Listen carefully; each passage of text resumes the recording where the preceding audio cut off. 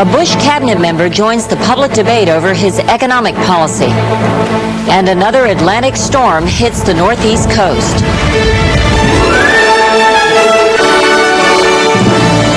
This is the CBS Evening News. Connie Chung reporting.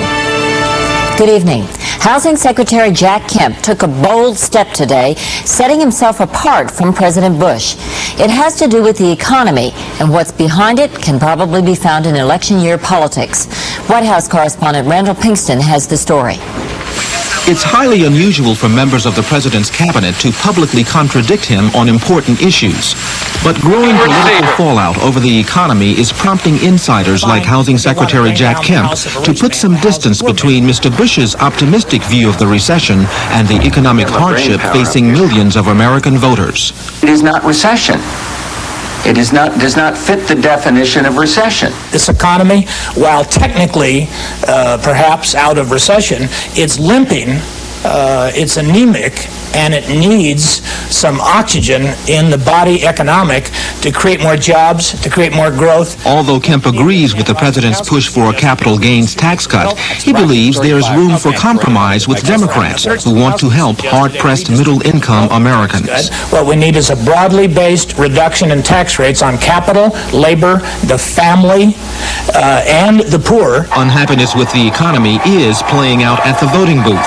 That's the spin political analysts are giving to last week's election in Pennsylvania, where former Attorney General Dick Thornburgh lost his bid for the Senate. This is the most unfocused White House that I've seen in a long time. And when you see a good Republican like Jack Kemp making that point, Bob, that is an indication that there's real alarm within the Republican Party about 1992. We need a strategy. We need to get this thing going. Democrats are going to have a serious campaign, whoever their nominee is, and I think it's just you can't take anything for granted.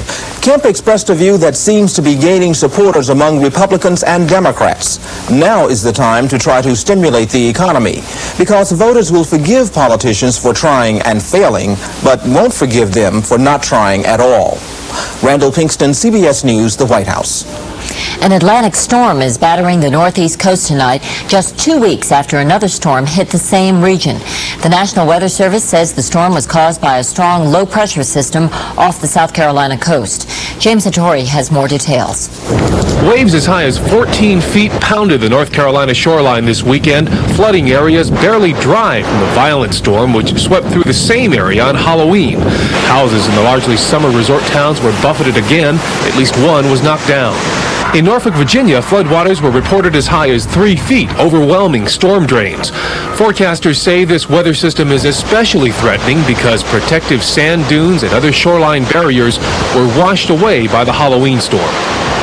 The second storm, while it's not as strong, can do more damage because, number one, it's closer to the coast, and secondly, you don't have the protective works there to keep the water from flooding areas. The storm system is expected to continue moving northward tonight. Strongest winds should blow into Cape Cod on the coast of Massachusetts overnight, moving on to Canada by midweek. Fierce winds in advance of the system are already stirring up squalls along the New Jersey shore, smashing seawalls, spilling over, and flooding roads. This is the worst I've ever seen it over here. Yesterday, the homeowners were allowed to go down and secure their houses, but today, because of the storm, we're not allowing that. Experts say the storm system, which weakened somewhat today, is expected to regain strength tonight, the second storm to hit early in what is forecast to be a wetter than normal season. James Hattori, CBS News, New York. Still ahead on the CBS Evening News, the debate over a plan to open up some veterans hospitals to non-veterans. And Bill Geist tries to alleviate the burdens of autumn.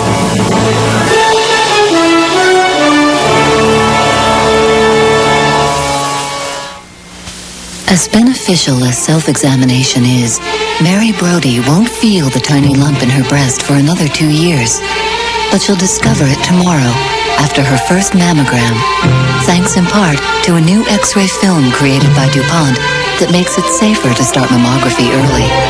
And for Mary, early detection means a 2-year head start on the rest of her life. At DuPont, we make the things that make a difference.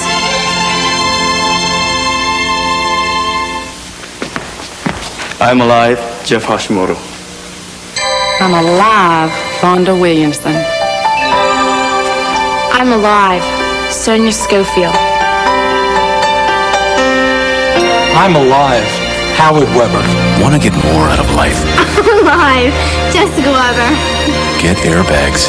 See your Allstate agent for a list of cars with airbags. We're alive.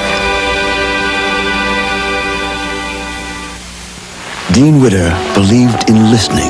Listen, not only to what our clients say, but what they mean. Each client has a level of comfort. Endeavor to find it. We measure success one investor at a time.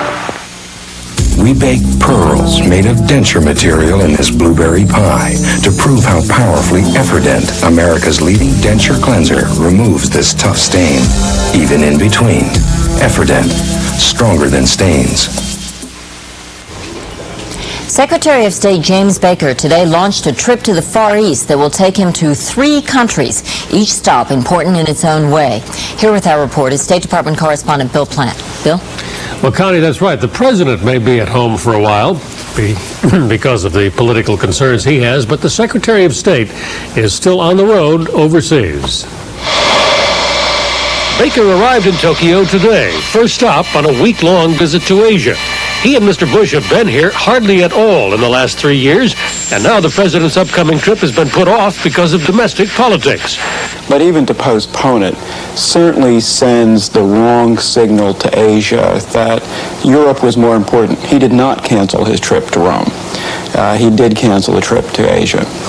And that's a fact that people in Japan and probably elsewhere will not forget for a while. All the more explaining for Baker to do at a time when fundamental differences between the U.S. and Japan over trade policy, technology, and basic economic structure are coming to a head. In this country now, as you all know, the polls show that we American people see Japan as a rising economic threat to this country. But guess what? It's become a two-way street. There's a return to a fair amount of contempt for American economic performance and a belief that we're just not as good as the Japanese. On top of that, Baker can expect to find a good deal of Japanese anxiety about the 50th anniversary of Pearl Harbor. The Japanese are very worried that it will become the opening of a new season of Japan bashing. A special commission of diplomats and business people has just released a report suggesting several answers. Japan, they say, must assume a greater international role so the U.S. can devote more of its GNP to its domestic problems. It must also buy more foreign goods. Their prescription for the U.S. is even stronger medicine: more savings, more research, better education, and reduction of the federal budget deficit. I think both sides have to temper the rhetoric and find a better way to negotiate the kind of disputes that are going to be with us throughout this decade and into the next century. The other big question hanging over Washington's relations with Japan and all the rest of Asia is the U.S. military presence there. Now that the Soviets are no longer perceived to be a threat in Asia, just as in Europe, people in this country are asking, should the U.S. foot the bill continuously for everyone else's defense? Connie? Thank you, Bill. After Japan, Baker goes on to South Korea. Then on Friday, he'll become the highest-ranking U.S. official to visit China since the 1989 Tiananmen Square crackdown. Ever since that crackdown, the government has been trying to polish the public perception of soldiers and students alike. Bill Whitaker in Beijing has more. A lot has changed in China in 2 years. These students aren't hoisting protest banners or handing out political leaflets. They've volunteered to raise money for the millions of victims of China's devastating summer floods. We are doing it not only for the disaster, one volunteer said, but to give students a new image. The more we can give our heart out, the more our people will understand us. China's worst flooding in 3 decades killed almost 2,000 people and washed out another 200 million. But this natural disaster proved to be a PR bonanza for the government.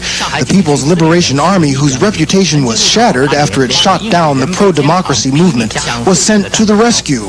Since July, government TV has been showing the PLA working tirelessly, trying to rebuild the people's lives and win back the people's hearts. The PLA are the brothers and sons of the people, and their hearts are linked with the hearts of the people in the disaster area. The government has a lot at stake. Many Chinese still believe natural calamities are a sign of the gods' displeasure with the nation's rulers. The present communist leadership is hoping a successful relief effort not only will polish the army's image, but its own. As for today's students, when they're not volunteering to help the nation, you're likely to find them marching in formation. Military training has been a required course since another group of students marched in protest across Tiananmen Square in 1989. But the days of pro-democracy activism are gone now. These days, happy communist officials congratulate happy, socially responsible students. We want to help our nation, this young woman told us. It seems this class of Chinese students has learned its lesson well. Bill Whitaker, CBS News, Beijing. The first members of the UN peacekeeping force arrived today in Cambodia. The Australian soldiers will set up communications among the rival factions that have agreed to end Cambodia's long civil war.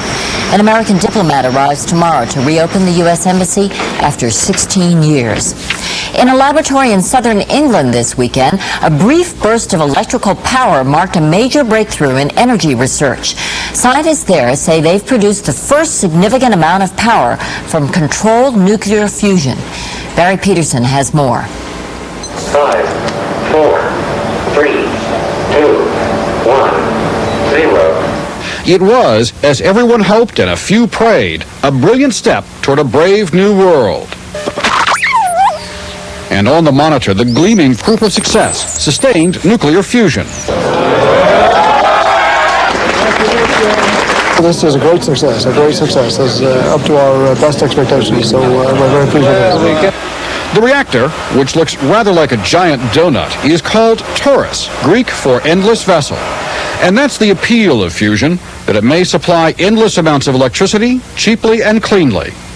Fusion powers the sun, and the hydrogen fuel on Earth comes from a convenient source, the hydrogen and water, energy as close as the nearest faucet. It has the promise without the problems of conventional nuclear power. In that process, highly enriched uranium is broken down, and afterwards, the spent fuel is radioactive for centuries. In fusion, everything burns within the reactor, so there is no radioactive waste. The Europeans, who funded the billions in research, are crowing about their success. The scientists from 14 European countries, including Britain, are now significantly ahead of American and Japanese rivals.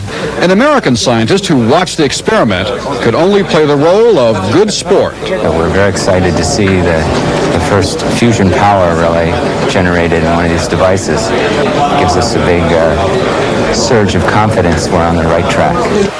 It will cost billions more to develop a commercial fusion reactor. It's expected to be a worldwide effort. And it may also take 50 years of similar experiments before such a reactor lights the dawn of a new energy. Barry Peterson, CBS News, London. Russian President Boris Yeltsin today backed down and withdrew hundreds of troops from a breakaway, mainly Muslim enclave in the Caucasus. Yeltsin has declared emergency rule in the region.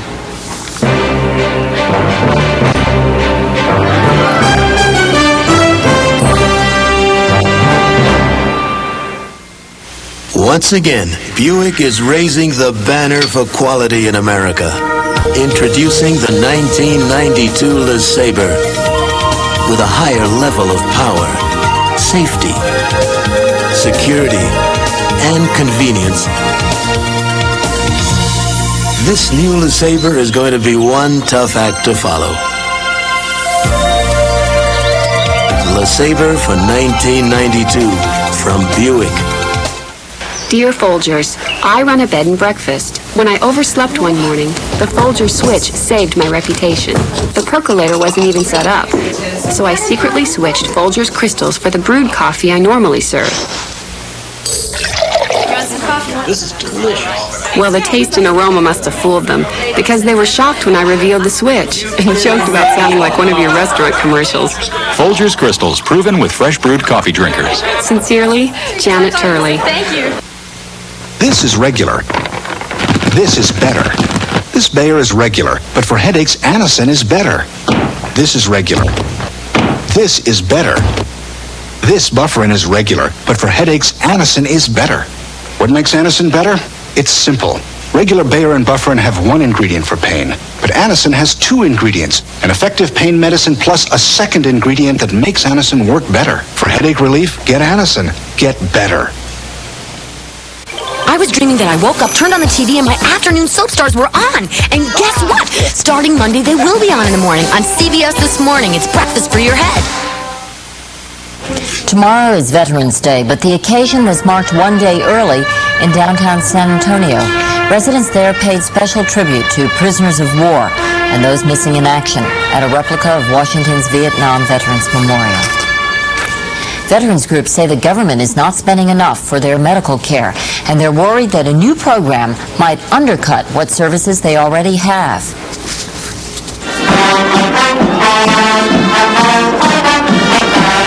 They commemorated the day early at the Veterans Hospital in Tuskegee, Alabama, a rural area with no civilian hospital and some empty VA beds. A controversial pilot project may soon be opening this hospital's doors to some non-veterans. The purpose is to provide an extension of medical care in areas where it would not be available. Deep breath in. Under the plan, other rural VA hospitals like Tuskegee, all underutilized because of a declining veterans population and stricter eligibility rules, would provide inpatient and outpatient care to poor non-veterans. But that doesn't mean, the VA says, that service to eligible vets would suffer. By the fact that we will be participating in this demonstration project will not alter those services. We'll continue to provide those services to those veterans. But a lot of veterans like World War II vet Clarence Goad think that's just hogwash. Once you start letting them in any direction, as the old statement says, if you crack the foundation, the wall will fall.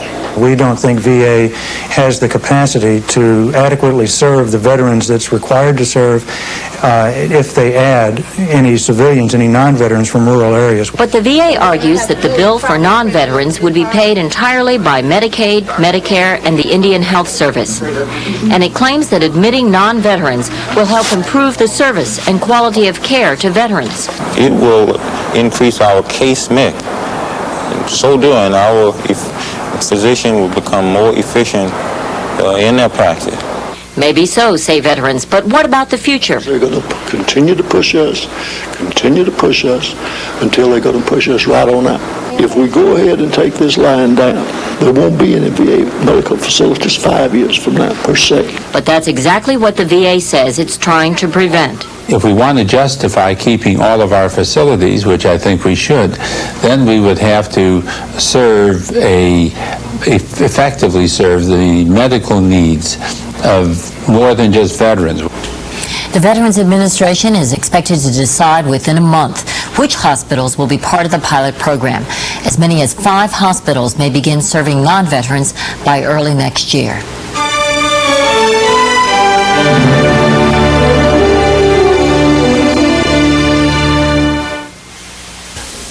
Can a razor cut your beard off below the skin without the blades even touching your face? It can if it's a Norelco. Norelco's patented lift and cut system lifts the hair, so when it's cut, it can actually drop below skin level without the blades even touching your face. Are you getting a shave this incredibly close and exceptionally comfortable? You are when you shave with Norelco. Norelco, we make close comfortable. Can't believe he broke it at the company picnic. Incredible. Our employee health plan covers him, right? Not deductibles or co-payments. So he has to lay out his own money. Gaps in your health plan can be costly. Aflac can help. Aflac is a leader in supplemental insurance with 35 years of dependable service. Today, employees of over 80,000 companies count on Aflac for the peace of mind to get on with life. Any ideas? Yeah, Aflac. Aflac, insuring over 35 million people worldwide. Have you had your V8 today? Did you know that V8 juice has less than half the calories of that apple? Wow! V8 is a nutritious blend of 8 vegetable juices that taste terrific. Have you had your V8 today? Imagine a rent-a-car company that offers special delivery right to your door. That's Enterprise. Here, let me help you. Enterprise, a special rent-a-car company that gives you special delivery. Billionaire British publisher Robert Maxwell was buried in Jerusalem today, 5 days after his body was found in the Atlantic, where he'd been sailing on his yacht. Bob Simon reports. Covered by a simple prayer psalm, The body of the man who survived the Holocaust to build an empire lay in state in a hall usually reserved for Israeli presidents and prime ministers. Robert Maxwell, who paid little attention to his Jewish origins until near the end of his life, asked to be buried in Jerusalem, and the entire Israeli establishment came to pay tribute. Prime Minister Shamir, Defense Minister Aarons, Housing Minister Sharon. In his eulogy, President Chaim Herzog celebrated Maxwell's support of Israel without mentioning recent claims which Maxwell denied that he had helped Israel's intelligence service, the Mossad. Robert Maxwell was a figure of almost mythological stature, risen from the perils of the Holocaust and the Second World War to creation and control of a world communications empire.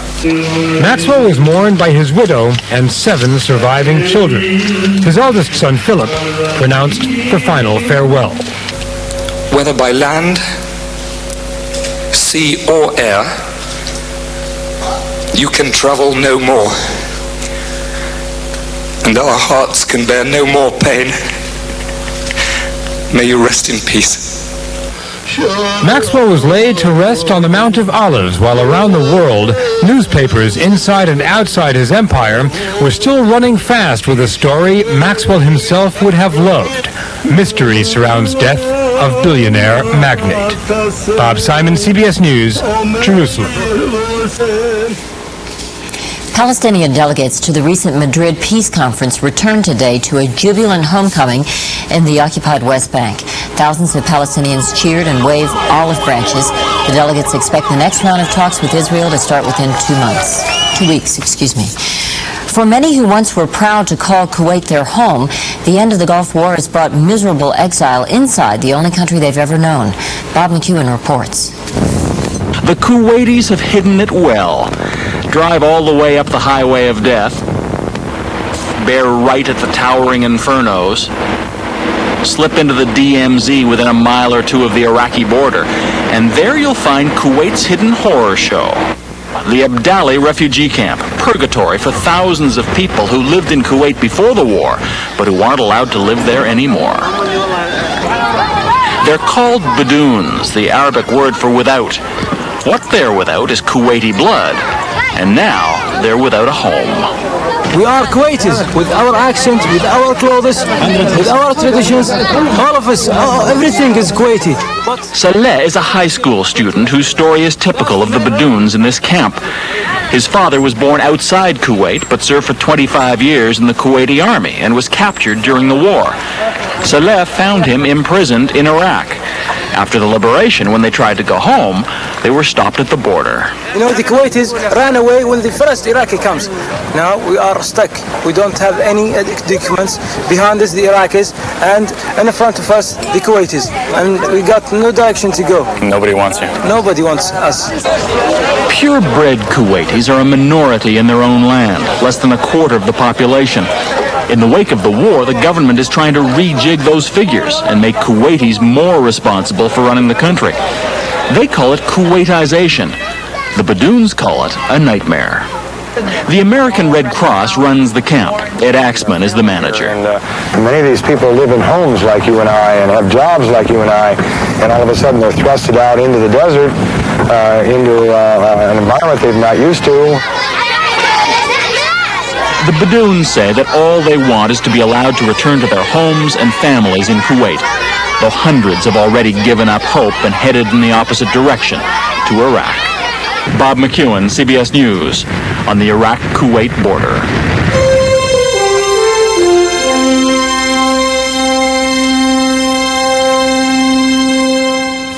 Recently, DuPont announced that its energy unit Conoco would pioneer the use of new double-hulled oil tankers in order to safeguard the environment.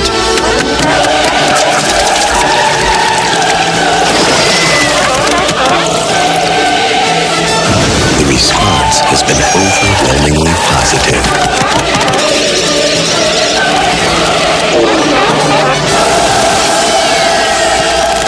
DuPont, better things for better living. Dean and DeLuca, are you waiting longer for overseas calls to connect? Latino Chicago Theater Company, are you saving less than you'd hoped on international calls since you left AT&T? We want you back. AT&T Pro Watts. Competitive prices on international calls. Plus our new favorite nation 10% discount. Switch now and get 1 month of long distance free. We want you back. Call 1-800-222-0900. I swim. I jog. I love junk food. Sometimes even I get constipation. When it happens to me, I take this little pill. It's X-Lax. Surprised? More people choose X-Lax than any other laxative. Today's X-Lax gives you a choice. Extra gentle pills when you need a little help. Regular pills when you need a little more. Today's X-Lax for regular people who sometimes aren't. Everyone knows the autumn leaves must fall, and that means someone's got to pick them up. Seems simple enough, but like so many things these days, it's become complicated and even noisy. The whole mess has put Bill Geist in a sentimental mood. Oh, tinctured leaf, dance now, falling, falling, silently, silently, whispering in sweet peace of November morn.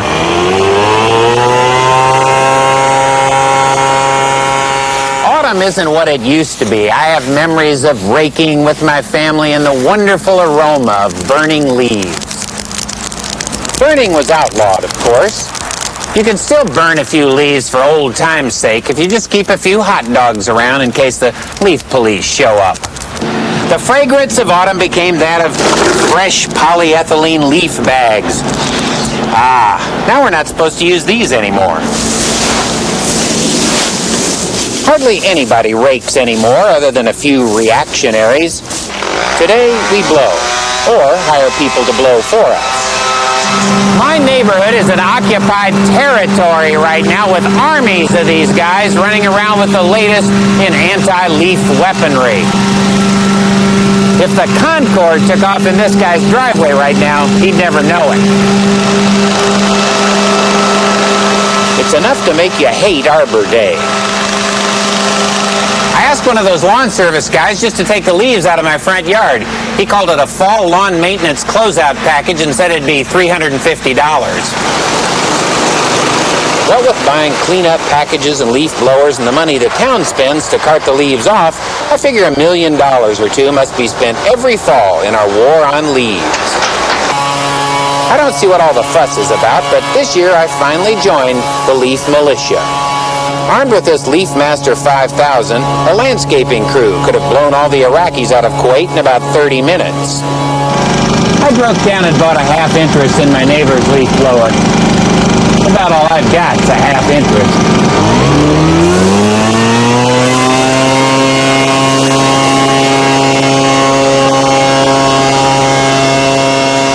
Can we keep it down? And that's our news. Dan Rather will be here tomorrow night, and be sure to join Bill Plant later tonight with the CBS Sunday Night News. I'm Connie Chung in New York. I'll see you again next Sunday. Thank you for joining us and for all of us at CBS News. Good night.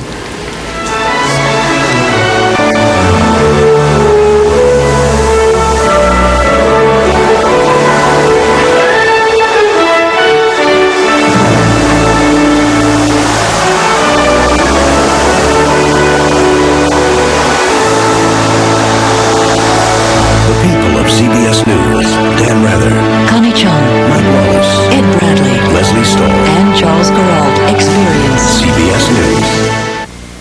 This is CBS.